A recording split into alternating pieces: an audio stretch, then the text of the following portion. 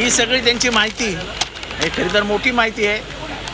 शांताराम कुडेकर, मीराबाई सोनवणे, संतोष दगडू पिल्ले, दत्तात्रय बबन ठिगळे, रामभाऊ बाळा रोंदळ पाटील, लक्ष्मण महादेव शेवकरी, हे सगळे डुप्लिकेट कागदपत्र करून त्यांची जमिनी हडप केल्यात या घनवटी. या घनवटची चौकशी करा, एवढीच मागणी आम्ही करणार आहोत. या घनवट यांचा धनंजय मुंडे यांच्याशी काय संबंध आहे आणि धनंजय मुंडे यांच्याबरोबर सुद्धा त्यांच्या काही कंपनी आहेत? हे सगळं असं हे आहे ना, लिंक आहे. टिंब टिंब टिंब टिंब जोडत जा, अख्खं सर्कल पूर्ण होईल.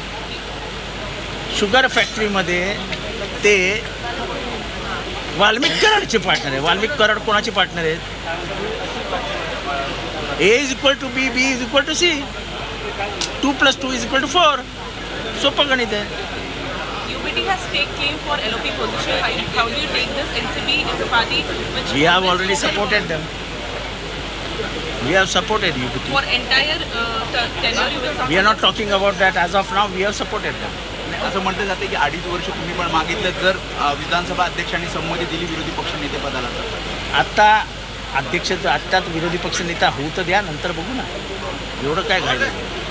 मुख्यमंत्री देवेंद्र फडणवीस हे धनंजय मुंडेंच्या राजीनाम्यासाठी सुरुवातीपासून आग्रही होते. 3-4 वेळा तरी संधी दिल्याची माहिती मिळते. मला असं वाटतंय की जेव्हा कोएलिशन गव्हर्नमेंट असतं तेव्हा त्या पक्षाला एक वेगळे अधिकार फक्त होतात.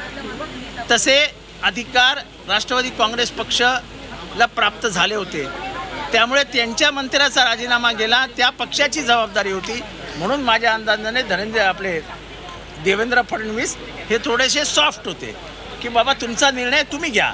आणि जेव्हा देवेंद्र फडणवीसांना कळलं की अख्खा महाराष्ट्र अंगावर घेतोय, तेव्हा ते त्यांच्या घरी जाऊन त्यांना समजवलं की उशीर करू नका, राजीनामा घ्या, अख्खा महाराष्ट्र आपल्या अंगावर येतोय. मला वाटतं दोष राष्ट्रवादी काँग्रेस पक्षाने आधी हा निर्णय घ्यायला पाहिजे होता. याच्यात काही मुख्यमंत्र्यांनी निर्णय घेतला होता हे आता स्पष्ट दिसतंय.